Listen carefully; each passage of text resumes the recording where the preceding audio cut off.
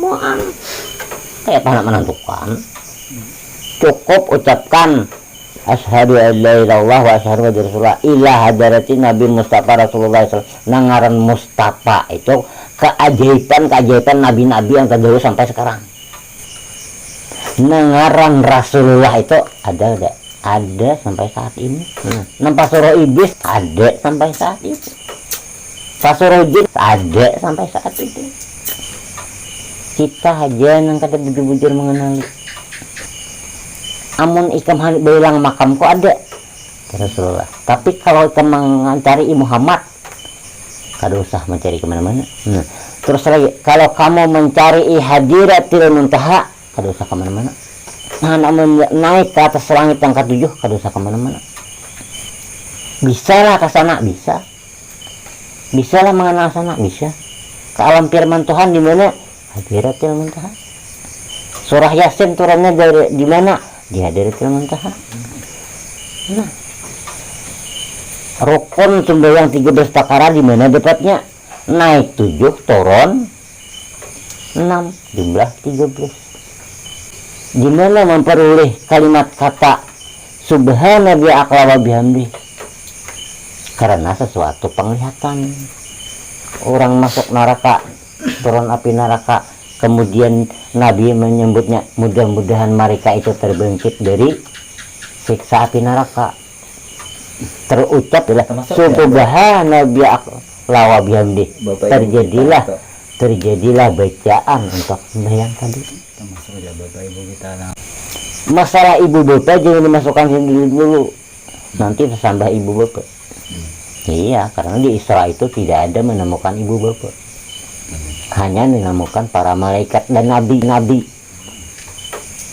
Nah, itu langit keberapa itu ada nabinya. Di saat Nabi Isra melewati tempat kedudukan Nabi kita tadi disambut oleh para nabi yang terdahulu itu dengan salawat dibe. Nah, disambut sampai ke hadiratil muntaha. Itu siapa yang ada di sana? Di situ ternyata adalah malaikat 10 kali 1 juta malaikatnya. 10 kali 1 juta, satu berarti 1 juta. 10 kali 1 juta. Arti 1 juta itu artinya kada terhitung lagi, nah saking banyaknya. Nah, disitulah tempat perkumpulan para malaikat. Kemudian malaikat menyambut kepada Nabi tadi dengan marhaban ya nur ini. Nah, di sana. Lalu kemudian selesai itu duduk kembali, kemudian ceramah mereka itu berzakarah antara malaikat dihadiri oleh Rasulullah Shallallahu Alaihi Wasallam. Kemudian malaikat sama malaikat dan kepada Nabi dan Rasul tadi di sana menyaksikan perjanjian para malaikat. Apabila di bumi nanti, jangan pun antara manusia di bumi yang salah, malaikat pun apabila salah maka akan dilaknat. Nah, maka turunlah ayatnya di dalam surah Yasin, jahannamul lati kuntum tu'adun. Nah, jangan pun antara manusia yang bersalah di bumi, malaikat pun salah tetap dimasukkan ke api neraka jahannam. Nah, itu jadi surah Yasin yang ditemukan di hadiratil muntaha itu. Kemudian Nabi turun kembali, itu nemukan namun Nabi lagi, terus sambut lagi, dan Nabi lalu bertanya apa gerangan mereka itu. Malaikat yang mengikuti Nabi tadi mengatakan kita terus saja jangan hiraukan, mereka itu adalah pengikut setan, pengikut iblis, pengikut jin. Itu kita terus saja ke bumi. Nah, kemudian Nabi terus ke rukun ke-12 itu adalah salam. Nah, salam itu adalah membuka pintu surga, karena pintu surga di sana itu pintu itu hanya satu, belum lagi dikatakan bahwa itu pintu surga, belum dikatakan itu pintu neraka. Setelah terbuka maka kepastiannya, maka pastilah pintu neraka, pastilah pintu surga. Nah, kenapa pintu surga dan neraka itu cuman satu saja? Nah, makanya contohnya Baitullah cuma satu pintu.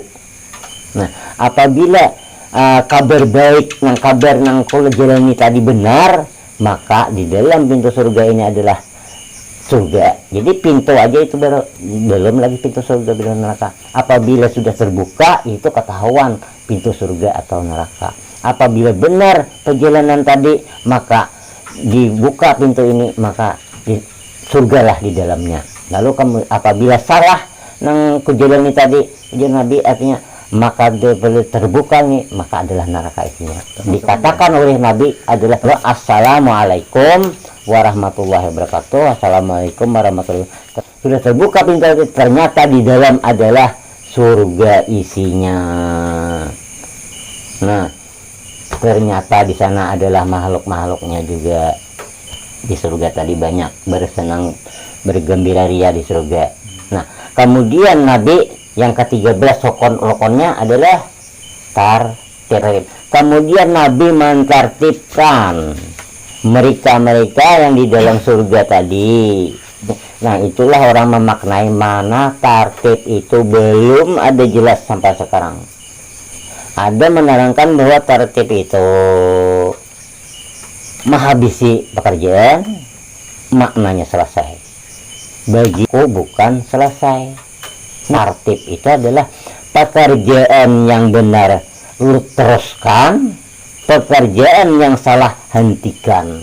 Mentertibkan menyampaikan tingkah laku sembahyang, mentertibkan cara menyampaikan surah Yasin. Terus kita berbuat baik, ibadah itu seperti apa, ibadah sholat itu gimana, itu nah kalau kita pelajari apa segala macam, itu namanya ditertibkan, menyampaikan ke dalam orang berada di dalam surga tadi. Nah, selain daripada itu, adakah tertib itu? Ada. Selain daripada sembahyang, selain daripada baca ngaji, ada nggak tertib? Nah, jadi tertib selain daripada itu, nafkahi anak dengan cara halal. Terus lagi kita batas-batas tanah yang tepat dan benar, saksi dan kiri kanan.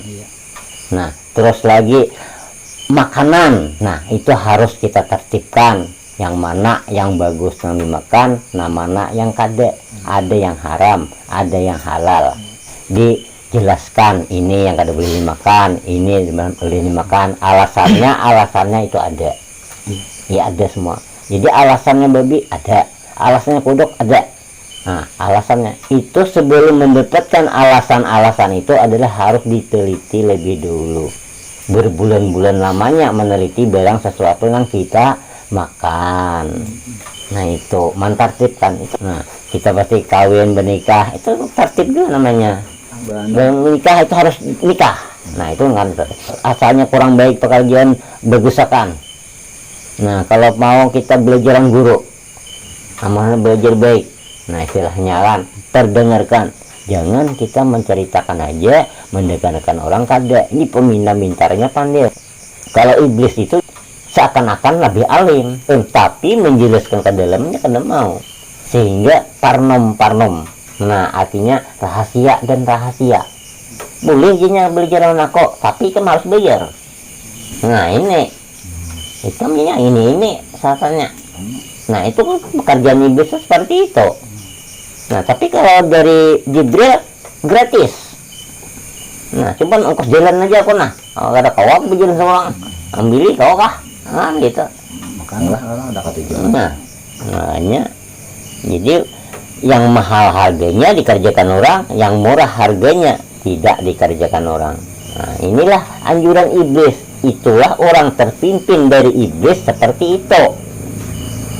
Nah, orang terpimpin dari iblis percaya bisikan setan, ini membisiki kada bernilai, gara-gara tak. Nah, itu iblis namanya. Berarti ini bertuhankan iblis. Nah, kalau ini marah-marah aja mencari kesemuanya apa ini kan, padahal pekerjaan orang baik, tapi nya kasar-kasar. Malah bila orang melawan, malah dia tindas. Nah, berarti itu adalah Tuhannya itu adalah jin. Nah, jadi hati-hati kita hidup ini, apakah bertuhan jin, apakah bertuhan iblis, apakah bertuhan setan.